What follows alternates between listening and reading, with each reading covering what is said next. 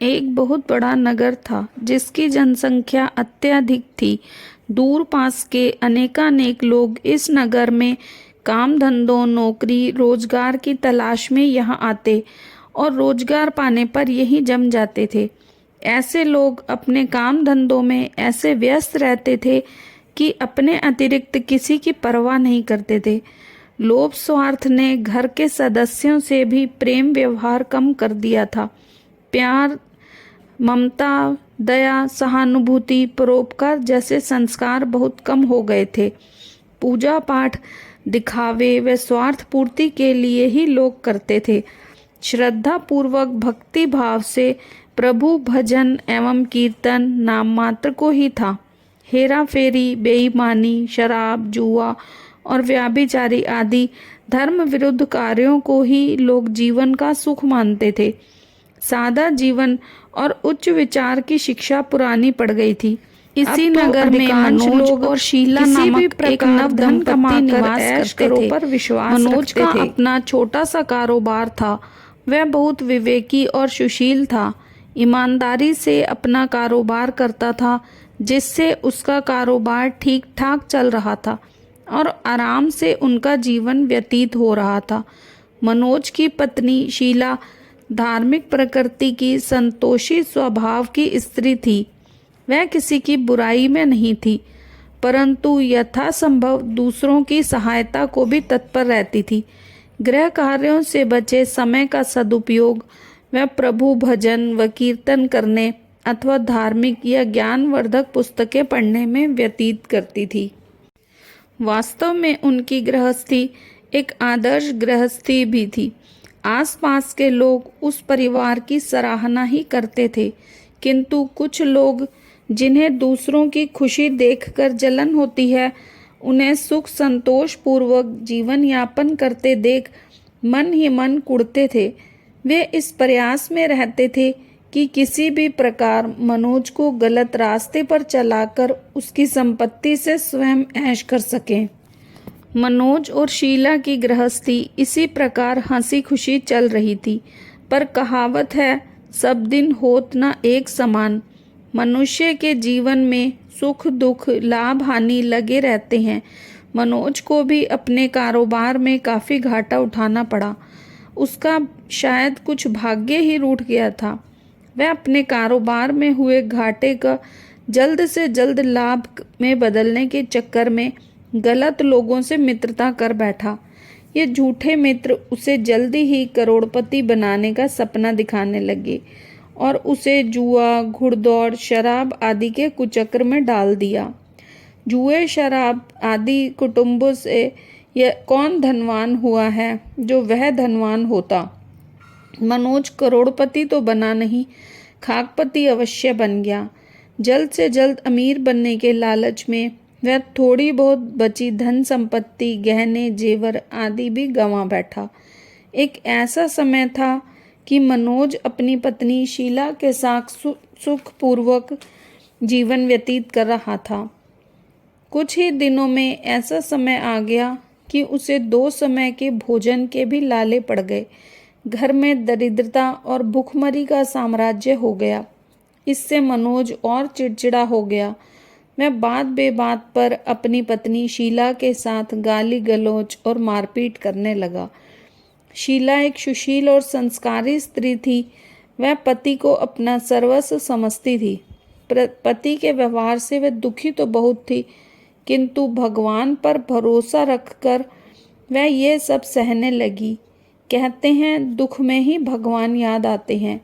सो शीला का मन भी हर समय प्रभु पर भरोसा था और विश्वास था उसे सुख के दिन भी अवश्य दिखाएगा।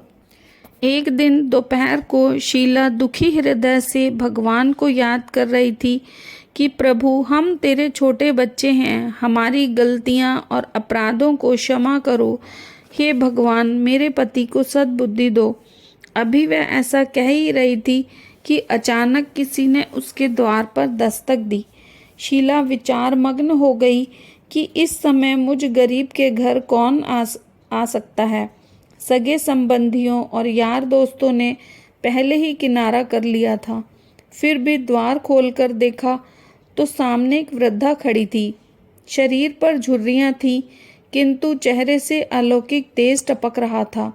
उनकी आंखों से करुणा और प्यार का मानो अमृत बह रहा था। शीला उस वृद्धा को पहचानती नहीं थी, फिर भी आदर के साथ उन्हें घर के अंदर ले गई। किसी को बैठाने के लिए घर में एक उपयुक्त आसन तक नहीं था, अतः सकुचाते हुए शीला ने एक फटी हुई चादर पर उन्हें बैठने को कहा। वृद्धा उसी चादर पर आराम से बैठ गई। वृद्धा के आगमन से शीला के मन को कुछ शांति सी महसूस हुई। वृद्धा ने उससे पूछा, शीला, मुझे पहचानती हो या नहीं? शीला बोली, माँ जी, आपको देखते हुए कुछ अपनत्व सा महसूस कर रही हूँ। ऐसा लगता है जैसे आप मेरे बहुत नज़दीकी हो। आपको देखकर मेरा रोम रोम खिल उठा है, जैसा प्राय किसी विशेष परिचित से मिलने पर होता है, किंतु मुझे कुछ याद नहीं पड़ता कि मैंने आपको कहाँ देखा था। वृद्धा ने अपनत्व दिखाते हुए कहा, क्यों इतनी जल्दी भूल गई? अभी कुछ दिन पहले ही तू लक्ष्मी जी के मंदिर में शुक्रवार को कीर्तन में आती थी। मैं भी उसमें जाया करती हूँ। हर शुक्रवार को मैं तुमसे वहाँ मिलती थी। जब से शीला का पति मनोज गलत लोगों की संगत में बैठकर घर लुटाने लगा था, तभी से शीला बाहर निकलने में शर्म महसूस करने लगी थी, अतः उसने मंदिर जाना भी बंद कर दिया था। शीला ने याद करने की कोशिश की कि कब वह उस बुढ़िया माँ से मिली थी, परंतु उसे कुछ याद न आया। तभी वृद्धा बोली, बेटी, तू मंदिर में कितने मधुर भजन गाती थी। तू बहुत दिन से वहाँ नहीं आई। मैंने सोचा चलो चलकर देखती हूँ, कहीं तू बीमार तो नहीं पड़ गई। यही सोचकर यहाँ चली आई। वृद्धा के ममत्व भरे वचनों को सुनकर शीला का हृदय भर आया। उसने अपनी रुलाई रोकने की कोशिश की, किंतु असफल रही और वह फूट फूट कर रोने लगी। यह देखकर वह बुढ़िया माँ के पास आई और सिर पर प्यार भरा हाथ फेरकर उसे ढांढस बंधाने लगी। वृद्धा बोली, बेटी, जीवन में सुख दुख आते ही रहते हैं। हमेशा सुख और हमेशा दुख कभी किसी पर नहीं आता, अतः दुखों से घबराना नहीं चाहिए। शीला बोली, माँ जी, मैं थोड़े दुख में कभी नहीं घबराई, किंतु अब नहीं सहा जाता। ऐसा कहते कहते वह फिर रोने लगी। वृद्धा फिर संतावना देते हुए बोली, धैर्य धरो बेटी, और अपनी व्यथा मुझे बता। तुझे क्या दुख खाए जा रहा है? इस प्रकार बताने से तेरा मन भी हल्का हो जाएगा और मुझसे हो सकेगा तो तेरे दुख दूर करने का उपाय भी बता दूंगी। वृद्धा की बात सुनकर शीला के मन को बहुत राहत मिली। उसने बुढ़िया माँ को अपनी दुख भरी कथा सुनानी शुरू की। वह बोली, माँ जी, पहले मेरे परिवार में बहुत सुख शांति थी। मेरे पति बड़े मेहनती, ईमानदार और सुशील थे। भगवान की कृपा से मेरे घर में खुशियाँ ही खुशियाँ थीं। किसी भी कार्य में हमें कभी धन की कमी महसूस नहीं होती थी। अचानक हमारे भाग्य ने पलटा खाया। मेरे पति को अपने कारोबार में घाटा हुआ। अधिक धन कमाने के चक्कर में वे बुरे लोगों की संगत में आ गए और वे शराब, रेस, जुआ आदि कुटुंबों में फंस गए। इस प्रकार उन्होंने अपना सब कुछ गंवा दिया। आज हम बिल्कुल कंगाल हो गए। अब तक जैसे तैसे घर की छोटी मोटी चीज़ें बेचकर गुजारा करते रहे, पर अब तो घर की सब वस्तुएं भी समाप्त हो गईं। हम दर दर की ठोकरें खाने वाले भिखारी हो गए। वृद्धा बोली, बेटी, कर्म की गति बड़ी न्यारी होती है। मनुष्य यदि अच्छे कर्म करे तो उसे दुख नहीं उठाने पड़ते। कुछ पिछले जन्मों के कारण लाभ, हानि अथवा सुख दुख मनुष्य पर आते हैं। ऐसे में वह संयम से काम ले और भगवान पर भरोसा रखे तो शीघ्र ही उन दुखों से पार पा लेता है। बेटी, तेरे दिन भी अवश्य फिरेंगे। मैं तुझे उपाय बताती हूँ। तू भगवती महालक्ष्मी की भक्त है, वे तो स्वयं धन की देवी और प्रेम तथा करुणा की अवतार हैं। अपने भक्तों पर उनकी कृपा सदा बनी रहती है। अतः तू उन्हीं महालक्ष्मी जी का व्रत कर, वे अवश्य ही तेरा कष्ट दूर करेंगी। बुढ़िया माँ की बात सुनकर शीला बहुत प्रसन्न हुई। उसने पूछा, माँ जी, श्री महालक्ष्मी जी का व्रत कैसे किया जाता है, यह मुझे समझा कर कहो। मैं इस व्रत को अवश्य करूँगी। बुढ़िया ने कहा, बेटी, श्री महालक्ष्मी जी का व्रत बहुत ही सरल है। इसके करने से धन संपत्ति, सुख, वैभव और यश प्राप्त होता है। कुंवारी कन्या को मनचाहा पति मिले, निसंतान को संतान हो, खोई हुई वस्तु वापस मिले, कोई अन्य मनोकामनाएं भी इस व्रत को करने से पूर्ण होती हैं। धन और वैभव प्रदान करने के कारण ही देवी महालक्ष्मी को धन लक्ष्मी अथवा वैभव लक्ष्मी भी कहा जाता है। शुक्रवार देवी का दिन होता है, इसलिए यह व्रत शुक्रवार को ही किया जाता है। व्रत करने वाले को सुबह स्नान आदि से निवृत्त हो भगवती महालक्ष्मी, जय माँ लक्ष्मी, जय वैभव लक्ष्मी माँ का निरंतर जाप करते रहना चाहिए। सायंकाल अपने घर के एक कोने में चौका लगाकर अथवा साफ करके एक पटड़ा रखो। उसके ऊपर एक साफ कपड़ा बिछाकर उस पर थोड़े से चावल रखो। फिर एक लोटे में जल उन चावलों के ऊपर रखो। लोटे के ऊपर एक कटोरी रखो। उस कटोरी में सोने या चांदी का कोई आभूषण रखो। अगर आभूषण न हो तो 1 रुपये का सिक्का भी कटोरी में रखा जा सकता है। इसके बाद एक घी का दीपक और धूप बत्ती जलाकर रखो। एक बर्तन में थोड़ा सा मीठा प्रसाद के रूप में रखो। प्रसाद में बताशे अथवा गुड़ भी रखा जा सकता है। पटड़े के ऊपर लोटे के पास सोने, चांदी या तांबे पर बना श्री यंत्र भी रखो। यदि धातु का श्री यंत्र घर में न हो तो कागज पर छपे श्री यंत्र को भी रखा जा सकता है। भगवती लक्ष्मी माँ को श्री यंत्र अत्यधिक प्रिय है। पूजा करने से पहले और कथा कहने के लिए पटड़े के पास पूर्व की ओर मुंह करके बैठो। सबसे पहले श्री यंत्र को हाथ जोड़कर श्रद्धा पूर्वक नमस्कार करो। फिर वैभव लक्ष्मी के ध्यान मंत्र को पढ़कर महालक्ष्मी भगवती जी की स्तुति करो। इसके पश्चात कटोरी में रखे आभूषण या रुपए पर हल्दी, कुमकुम और चावल चढ़ाओ। फिर दोनों हाथों से लाल रंग के पुष्प अर्पित कर प्रसाद का भोग लगाओ और धूप व दीप दिखाओ। पुनः लक्ष्मी जी की स्तुति करके लक्ष्मी महिमा गाओ और आरती उतारो। फिर मन ही मन सच्चे हृदय से जय महालक्ष्मी का 11 बार उच्चारण करो। इसके बाद 11 या 21 शुक्रवार को व्रत करने का संकल्प लेकर अपनी मनोकामना पूरी करने के लिए माँ से हाथ जोड़कर विनती करो। अंत में माँ का प्रसाद बांट दो। थोड़ा सा प्रसाद अपने लिए रखो। बाद में कटोरी में रखा आभूषण, रुपया और श्री यंत्र उठाकर रखो। लोटे का पानी तुलसी के पौधे पर चढ़ा दो। इस दिन पूरे दिन उपवास रखकर सायंकाल प्रसाद खाना चाहिए। यदि इतनी शक्ति न हो तो एक बार शाम को प्रसाद खाकर सादा वैष्णव भोजन कर सकते हैं। इस प्रकार इस व्रत को शास्त्रीय विधि के अनुसार करने से उसका फल अवश्य प्राप्त होता है। इस व्रत के प्रभाव से मनुष्य की सब विपत्तियां दूर होकर धन वैभव की प्राप्ति होती है। कुंवारी कन्याओं को मन भावन पति मिलता है। सौभाग्यवती स्त्रियों का सौभाग्य अखंड रहता है। निसंतान दंपत्ति को संतान की प्राप्ति होती है और कोई भी मनोकामना हो तो वह भी अवश्य पूरी होती है। शीला ये सब सुनकर बहुत प्रसन्न हुई। उसने कहा, माँ जी, आपने जो श्री वैभव लक्ष्मी के व्रत की विधि बताई है उसे मैं अवश्य ही करूँगी। आप कृपा करके मुझे इसकी उद्यापन विधि भी समझाकर बताइए। वृद्धा ने कहा, बेटी, इस व्रत की उद्यापन करने की विधि भी बहुत सरल है। ध्यान से सुनो।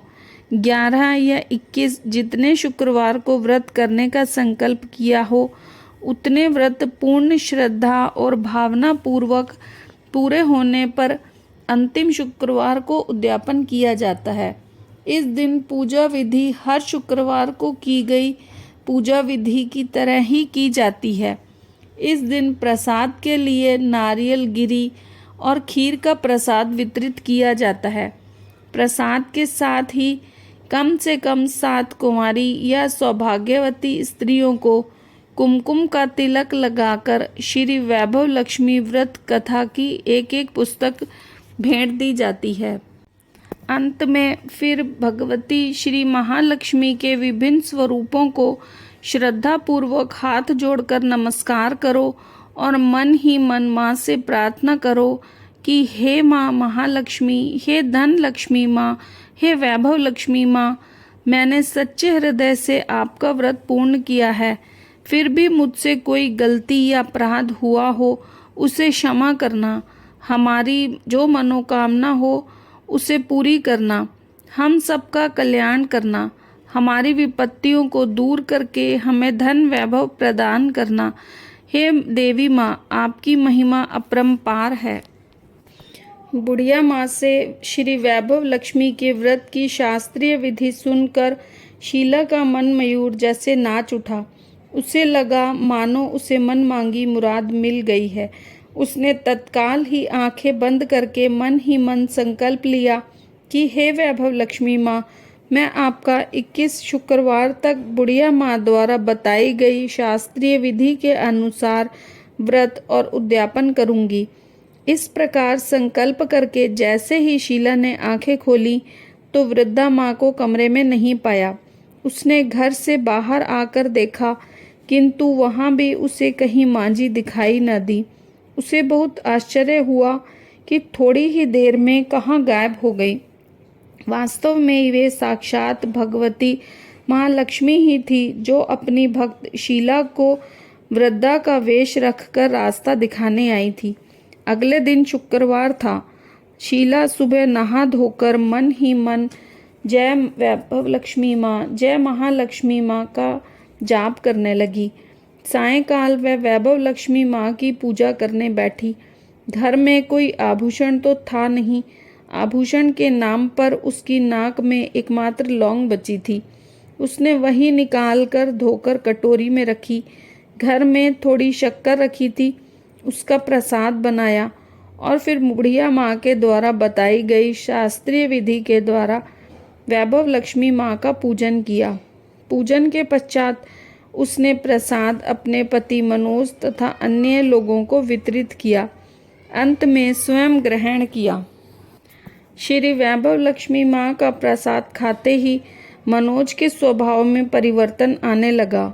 उसका चिड़चिड़ापन कम होने लगा और उसका मन कुटैबों से दूर होकर कारोबार में, जो पहले बिल्कुल ठप हो गया था, फिर से जमने लगा। 21वें शुक्रवार को शीला ने बुढ़िया माँ द्वारा बताई गई शास्त्रीय विधि के अनुसार उद्यापन किया और 11 स्त्रियों को श्री वैभव लक्ष्मी व्रत की पुस्तकें भेंट में दी। फिर भगवती महालक्ष्मी को वैभव लक्ष्मी स्वरूप को मन ही मन प्रणाम कर प्रार्थना की कि हे वैभव लक्ष्मी माँ, मैंने आपके व्रत की जो मनौती मांगी थी वह आज पूर्ण हुई है। हे माँ, हमारे संकटों को दूर कर हमारा कल्याण करो। जाने अनजाने में यदि कोई हमसे अपराध हुआ हो उसे क्षमा करना माँ। हमें धन संपत्ति और वैभव प्रदान करना, हमें सद्बुद्धि देना। हे माँ, आपकी महिमा अपरंपार है, आपकी सदा ही जय हो। इस प्रकार व्रत संपूर्ण होने के बाद कुछ ही दिनों में मनोज के कारोबार में अच्छा लाभ होने लगा।